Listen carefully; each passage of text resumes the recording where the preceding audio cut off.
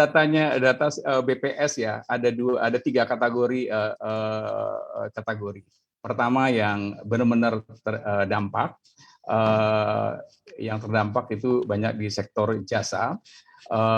Kemudian yang sifatnya itu moderat dan kemudian malah tumbuh, itu ada industri kimia atau petrokimia, yaitu plastik, dan kemudian yang paling tinggi masih demand-nya masih cukup baik, yaitu adalah di industri obat-obatan, farmasi, dan kemudian produk makanan dan minuman.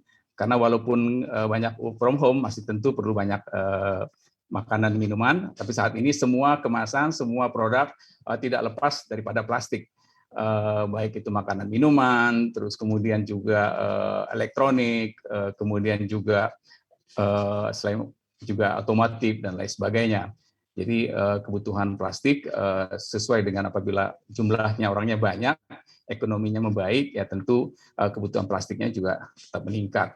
Nah, ini salah satu indikator negara maju. Biasanya kalau negara maju memiliki tingkat konsumsi produk petrokimianya, produk plastiknya semakin tinggi.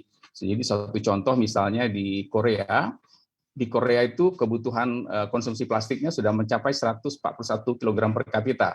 Kalau di Jepang itu 100 kilo, kemudian kalau di Thailand sekitar 66, Vietnam itu 44, dan Indonesia masih 22. Jadi sebetulnya masih besar potensinya di sana. Jadi saya pikir adalah kesempatan dengan market yang begitu besar untuk berinvestasi di industri plastik dan hulunya di sini. Gitu.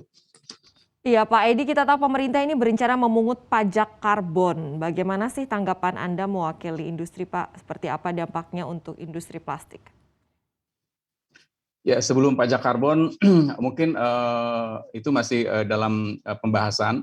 Namun yang jelas permasalahan yang timbul saat ini di industri petrokimia yang telah memulai rencana pembangunannya sejak 2017, ini pada saat itu start mulai penyiapan lahan,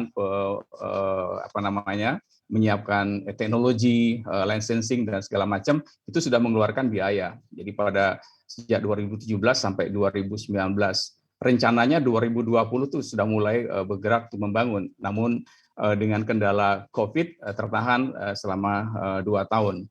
Nah, ini juga menjadi harapan kita kepada pemerintah untuk dapat memperpanjang masa kredit, yang dimana masa kredit PPN masukan ini juga kita harapkan ada relaksasi dari pemerintah karena dampak COVID ini.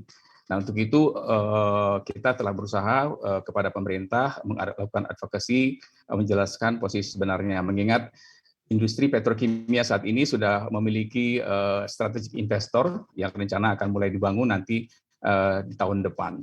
Nah, kalau misalnya PPN masukan ini tidak diselesaikan, maka investasi Indonesia akan lebih mahal 10% dibandingkan negara lain seperti Thailand, Vietnam, dan lain sebagainya.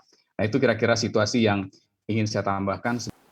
Jangan lupa install aplikasi CNBC Indonesia di App Store maupun di Play Store untuk mendapatkan informasi dan perkembangan terkini dari berita-berita ekonomi dan bisnis.